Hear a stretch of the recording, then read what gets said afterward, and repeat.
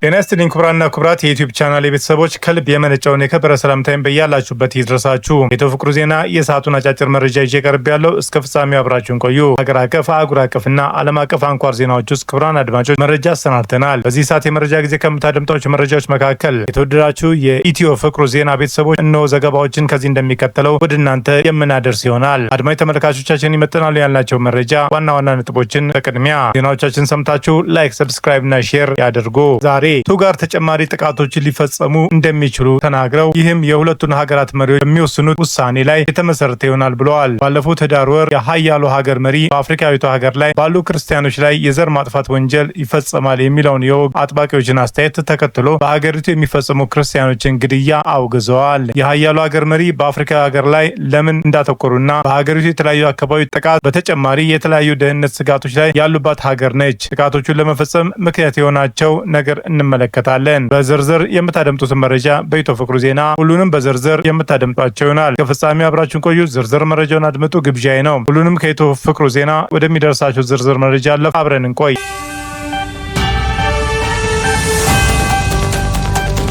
የአሜሪካ ጦር የአይኤስን ቡድን ላይ ጥቃት በአፍሪካዊ ሀገር። የአሜሪካው ፕሬዚዳንት ዶናልድ ትራምፕ ሐሙስ ዕለት ጦራቸውን በሰሜን ምዕራብ ናይጄሪያ በሚገኝ የኢስላሚክ ስቴት ቡድን ላይ ከባድ ጥቃት ፈጽመዋል ብለዋል። ትራምፕ በማህበራዊ ሚዲያ ገጻቸው ላይ ባሰፈሩት ጽሑፍ አይኤስን አጭበርባሪ፣ አሸባሪ ሲሉ ገልጸውታል። ቡድኑ በተለይ አብዛኛዎቹ ንጹሐንን ክርስቲያኖችን በጭካኔ እያጠቃና እየገደለ ነው ሲሉ ወንጅለውታል። ፕሬዚዳንቱ የአሜሪካ ጦር በርካታ ኢላማዎች ላይ የተሳካ ጥቃቶችን ፈጽመዋል ሲሉ ተጨማሪ ዝርዝር ሳይሰጡ መልእክቱን አስተላልፈዋል። በአሁኑ ወቅት የአሜሪካ ጦር ናይጄሪያ ውስጥ የትኞቹን ኢላማዎች እንደመታ ወይንም መቼ ጥቃቱን እንደፈጸመ አይታወቅም። ፕሬዚዳንቱ በህዳር ወር ጦራቸውን በናይጄሪያ ውስጥ በእስላምና ታጣቂ ቡድኖች ለመዋጋት እንዲዘጋጁ አዘው ነበር። ትራምፕ ሐሙስ ምሽት ላይ ባጋሩ ጽሑፍ በእኔ አመራር ስር ሀገራችን የአክራሪ እስላምና ሽብርተኝነትን እንዲስፋፋ አትፈቅድም ብለዋል። የናይጄሪያ የውጭ ጉዳይ ሚኒስትር ዩሱፍ ማይታም ቱጋር ለቢቢሲ በአሸባሪዎች ላይ የተደረገው የጋራ ዘመቻ መሆኑን ተናግረዋል። ጥቃቱ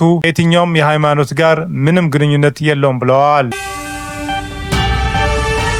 ናይጄሪያ እየሆነ ያለው ምንድን ነው? አሜሪካ በህዳር ወር መጀመሪያ ላይ ናይጄሪያን በክርስቲያን ህዝቦች ላይ በተደቀነው የህልውና ስጋት የተነሳ ልዩ ትኩረት የሚሰጣት ሀገር ስትል ፈርጃታለች። የአሜሪካ የውጭ ጉዳይ ሚኒስትር ከባድ የሃይማኖት ነጻነት የሚጥሱ ሀገራትን የሚቀጣ ማዕቀብ የሚጣልበት ምደባ ነው። ትራምፕ በበኩላቸው ምንም አይነት ዝርዝር መረጃ ሳይሰጡ በናይጄሪያ በሺዎች የሚቆጠሩ ክርስቲያኖች እየተገደሉ መሆኑን ተናግረዋል። ለወራት በዋሽንግተን የሚገኙ አክቲቪስቶችና ፖለቲከኞች እስላማዊ ታጣቂዎች በናይጄሪያ የሚገኙ ክርስቲያኖች ላይ ስልታዊ በሆነ መንገድ ጥቃት እየፈጸሙ ነው በማለት ይናገሩ ነበር። በመስከረም ወር ዝነኛው የቴሌቪዥን አቅራቢና ኮሜዲ ቢል ማሂር በናይጄሪያ እየሆነ ያለውን የዘር ማጥፋት ሲል ገልጾታል። ቦኮ ሃራም የተሰኘው የእስላም ታጣቂ ቡድን በመጥቀስ ከአውሮፓውያኖቹ 2009 ጀምሮ 100,000 ክርስቲያኖች ገለዋል፣ እንዲሁም 18,000 ቤተክርስቲያኖችን አቃጥለዋል ብለዋል። በማህበራዊ ሚዲያ ላይም ተመሳሳይ ቁጥር ሲዘዋወር ነበር። ሪፐብሊካኑ የምክር ቤት አባል ቴዲ ክሩዝ በበኩላቸው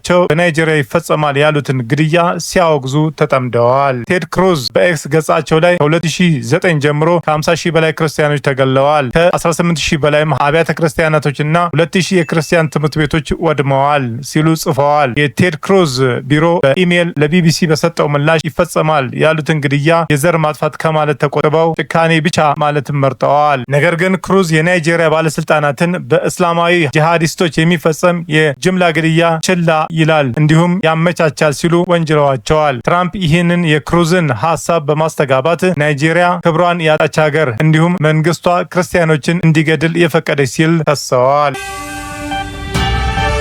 የናይጄሪያ መንግስት አቋም። የናይጄሪያ መንግስት የቀረበበትን ውንጀላ ከእውነት ጋር የተጣረሰ በማለት ለማስተባበል ሳምንታት ፈጅቶበታል። የናይጄሪያ መንግስት ከፍተኛ ሞት ያስከተለው ጥቃቶችን ስለመፈጸማቸው ማስተባበያ አልሰጠም። ነገር ግን የሀገሪቱ ባለስልጣናት የሽብርተኝነትን ጥቃት ገዳይ የሆነውን ርዕዮተ ዓለማቸውን የማይቀበል ሙስሊሞችን፣ ክርስቲያኖችንና ሌሎች እምነት የሚከተሉት ላይ ይፈጽማል ብለዋል። በናይጄሪያ የሚፈጸሙ ፖለቲካዊ ጥቃቶች የሚከታተሉ ቡድኖች እንዲሁም በናይጄሪያ የተገደሉ ክርስቲያኖች ቁጥር ከሚባለው በጣም ያነሰ ያነሰ ነው በማለት በእስላማዊ ጂሃዲስት ቡድኖች የበለጠ ጥቃት የሚደርስባቸው ሙስሊሞች ናቸው ባይ ናቸው። ናይጄሪያ በጂሃዲስቶች የሚፈጸም ጥቃቶችን ብቻም ሳይሆን በርካታ የደህንነትና የጸጥታ ስጋት ያለባት ሀገር ናት። የሀገሪቱ መንግስትም ጂሃዲስቶችን ለመውጋት የሚቻለውን ሁሉ እያደረገ መሆኑን ይናገራል። በአቡጃ የሚገኘው የሀገሪቱ መንግስት ጂሃዲስቶች በመዋጋት ረገድ ከአሜሪካ ጋር ተመሳሳይ አቋም ያለው መሆኑን ለማሳየትና በጋራ ለመዋጋት ያለውን ፍላጎት ሲገልጽ ተስተውሏል። ናይጄሪያ በሀገሪቱ የተለያዩ አካባቢዎች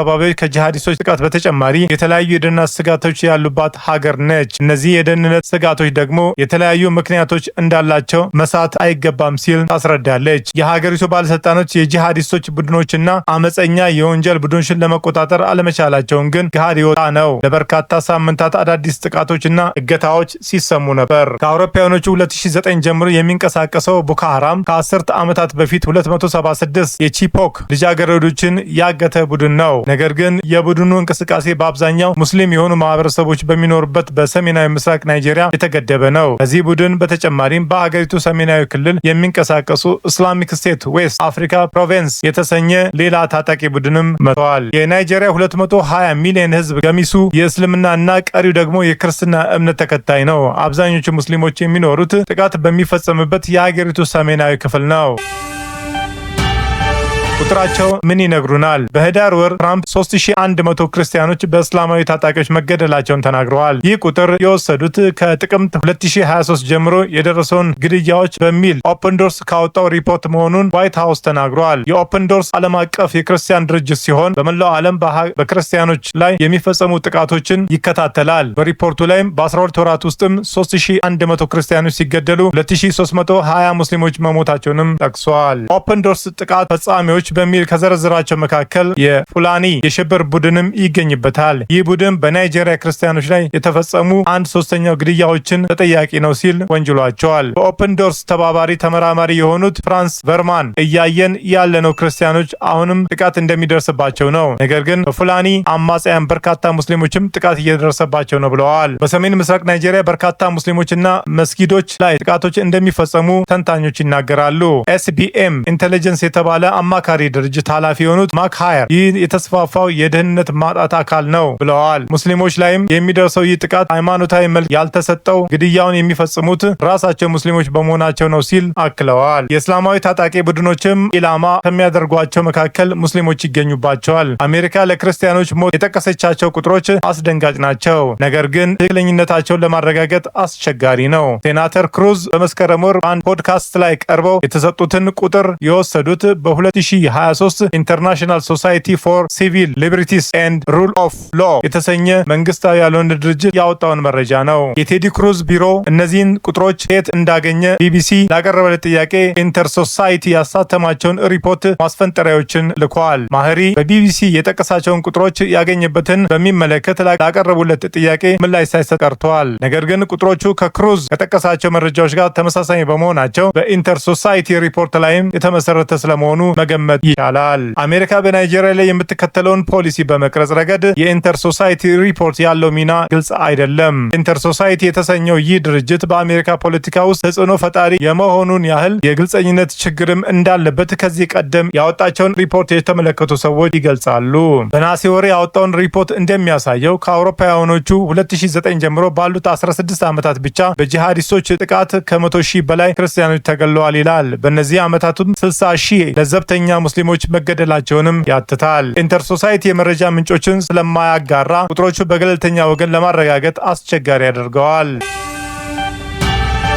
ሌሎች መላምቶች ኢንተር ሶሳይቲ ባለፈው ዓመት ከጥር ወር እስከ ነሐሴ ባሉት ወራቶች ብቻ 7,000 ክርስቲያኖች መገደላቸውን ሪፖርት አድርገዋል። ይህ ቁጥርም ራይሊ ኤም ሙር የተሰኙ የኮንግረስ አባልም አስተጋብተውታል። ድርጅቱ ለዚህ ሪፖርትም 70 የሚዲያ ዘገባዎችን በመረጃነት መጠቀሙን ቢናገርም በግማሽ ያህል የሚዲያ ሪፖርቶች ላይ ግን የተጠቂዎቹ ሃይማኖት አልተጠቀሰም። ለምሳሌ ኢንተር ሶሳይቲ አልጀዚራ በቦኮ ሃራም በርካታ ክርስቲያኖች ገበሬዎችን ማገቱን መዘገቡ ቢገለጽም በአልጀዚራ ሪፖርት ላይ ግን የተጠቂዎቹ ሃይማኖት አልተጠቀሰም። ቦኮ ሃራም በቦርኖ ግዛት በዳምቦአ ክልል ከ40 የማይበልጡ አብዛኞቹ ክርስቲያን የሆኑ ገበሬዎች አግቷል። ስለዚህ የአልጀዚራ ዘገባ ታጋጆቹ በዋናነት ክርስቲያን መሆናቸውን አይገልጽም። ኢንተር ሶሳይቲ ለቢቢሲ እንደገለጸው የተጠቂዎቹን ማንነት ለመለየት የራሱን ትንተና እንደሚጠቀምም ቢናገርም ስለ አካባቢ ማህበረሰብ ያለውን እውቀትና የክርስቲያን መገናኛ ብዙሃን ዘገባዎች ስለመጠቀሙ ያለው ነገር የለም። በእነዚህ ኢንተር ሶሳይቲ የተጠቀሱ ዘገባዎች ላይ ያሉ ቁጥሮችን ሲደመሩ አጠቃላይ ቁጥሩ እንደሚባለው 7000 አይመጣም። ቢቢሲ በኢንተር ሶሳይቲ የተጠቀሱትን 70 የሚዲያ ሪፖርቶችን ሲመለከት የሞቱት ሰዎች ቁጥር 3000 ብቻ መሆኑን መረዳት ችሏል። ይህ በ2025 ተገደሉ ከተባሉት በግማሽ ያህል የቀነሰ ሲሆን የተወሰኑ ጥቃቶችን በተደጋጋሚ ተቆጥረው ተገኝተዋል። ኢንተር ሶሳይቲ ይህን ሲያስተባብል በእገታ ላይ ሳሉ የሞቱ ሰዎች ከግምት እንደሚያስገባ ገልጾ የአይን ምስክሮች እማኝነትም እንደሚያካትት ገልጸዋል። የፉላኒ አርብቶ አደሮች የሚሳተፉበት ግጭት መነሻው በድንበር መገፋፋትና የግጦሽ መሬት የተነሳ መሆኑን ባለሙያዎቹ ይናገራሉ። እስላማዊ ታጣቂዎች ክርስቲያኖች ላይ ጥቃት የሚፈጽሙት እና የሚገሉት ቦኮ ሃራም እና የፉላኒ አርብቶ አደሮች መሆናቸውን ይጠቅሳል። ነገር ግን አብዛኞቹ ሙስሊሞች የሆኑት የፉላኒ አርብቶ አደሮች እንደ ጂሃዲስት መግለጽ በናይጄሪያ ውስጥ ውዝግብ ያስነሳል። በጉዳዩ ላይም ጥናትና ምርምር የሰሩ ባለሙያዎች አብዛኞቹ ጂሃዲስቶች ተብለው ከተጠቀሱት የፉላኒ አርብቶ አደሮች ጋር የሚኖረው ግጭትም መነሻው የግጦሽ መሬትና የውሃ እጥረት እንጂ ሃይማኖት አይደለም ይላሉ። ምንም እንኳን አርብቶ አደሮቹ ሙስሊሞች ቢሆኑም በርካታ ተመራማሪዎች የሚኖረውን ግጭት ሃይማኖታዊ ነው በሚለው አይስማሙም። የፉላኒ አርብቶ አደሮች በናይጄሪያ ከሙስሊሙም እንዲሁም ከክርስቲያን ማህበረሰብ ጋር ይጋጫሉ። ባለሙያዎቹ ከፉላኒ አርብቶ አደሮች ጋር የሚኖረው ግጭት ከድንበርና ከግጦሽ መሬት ጋር የተያዘ መሆኑን ይናገራሉ። ኤስቢኤም ኢንተለጀንስ የተባለ አማካሪ ድርጅት ኃላፊ የሆኑት ማክሃየር ግጭቶቹ በአብዛኛው ጊዜ መነሻቸው የብሔር ውጥረትና የግጦሽ መሬት ይገባኛል ነው ብለዋል። በባህሪው የብሔር መልክ አለው። መሬት መውሰድ ይፈልጋሉ፣ ግዛታቸውንም ማስፋፋት ይፈልጋሉ። በዚህም የተነሳ በብዛት ክርስቲያን ማህበረሰቦችን ያፈናቅላሉ፣ የእምነት ስፍራዎችንም ያቃጥላሉ።